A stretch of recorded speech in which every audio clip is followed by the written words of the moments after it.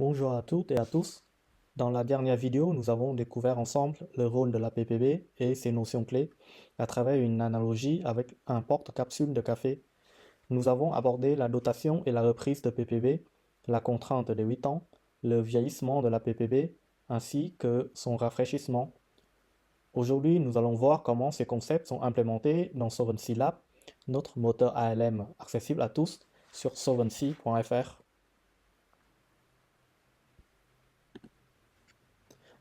Alors, nous partons d'une PPB initiale de 32 millions d'euros dans le canton général, soit un peu moins de 3% de la provision mathématique euro. Donc, cette PPB est décomposée en 8 tranches en fonction de leur ancienneté. Par exemple, la tranche la plus jeune, dotée en fin d'année initiale, vaut 3 millions d'euros. La tranche la plus ancienne, dotée il y a 7 ans, vaut 4 millions d'euros. Nous lançons une projection as-if sur 8 ans sans aucun forçage de mouvement de PPB. Seuls deux mécanismes sont modélisés, le vieillissement naturel des tranches et la reprise automatique des tranches ayant atteint 8 ans. Voilà la projection. Et sur le graphique waterfall, vous constatez qu'il n'y a aucune rotation, uniquement une reprise obligatoire chaque année de la tranche PPB 8 ans.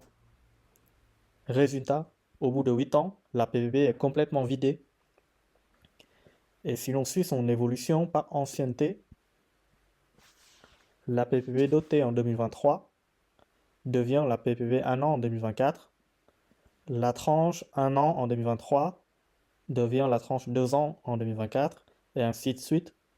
Et enfin, la tranche 7 ans en 2023, qui passe à 8 ans en 2024, est reprise complètement.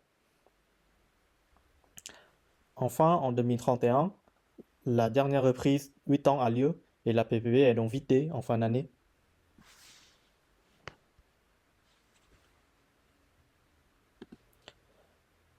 Donc passons maintenant à une simulation avec pilotage. On va toujours faire une projection sur 8 ans, mais cette fois-ci avec des forçages de reprise et des dotations. Donc on va forcer une dotation de 1 million en 2024, une autre dotation de 2 millions en 2025 et une reprise de 3 millions en 2026.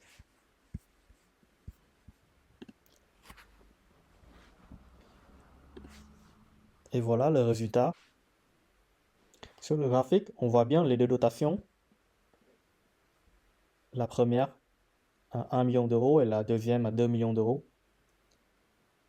Les reprises obligatoires de la PPB 8 ans continuent en 2024 et en 2025, comme dans l'exemple précédent. Maintenant, en 2026, malgré le forçage d'une reprise de 3 millions, la contrainte de 8 ans impose une reprise totale de 5 millions d'euros. C'est-à-dire que la contrainte réglementaire l'emporte sur le pilotage. L'évolution par ancienneté devient un peu plus complexe, mais le principe reste le même. En 2024, toutes les tranches vieillissent, la PPB 8 ans est reprise et une dotation d'1 million d'euros est ajoutée. En 2025, une dotation de 2 millions d'euros. En 2026, une reprise obligatoire de 5 millions d'euros, malgré le pilotage souhaité de 3 millions d'euros. Enfin, passons à la stratégie de participation aux bénéfices et à la gestion de la PPB.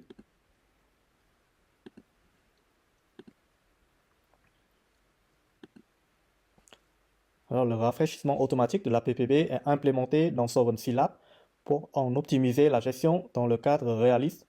Il ne reste plus qu'à définir un plancher et un plafond pour le ratio PPB sur PM et le moteur gère le reste. Voilà pour cette vue rapide de la modélisation de la PPB dans Solvency Lab. Lorsqu'on déroulera une projection ALM déterministe complète, nous verrons comment la gestion de la PPB s'intègre dans l'ensemble du pilotage ALM. D'ici là, n'hésitez pas à nous faire part de vos questions ou remarques et à vous abonner à notre page LinkedIn ainsi qu'à notre chaîne YouTube. Merci et à bientôt.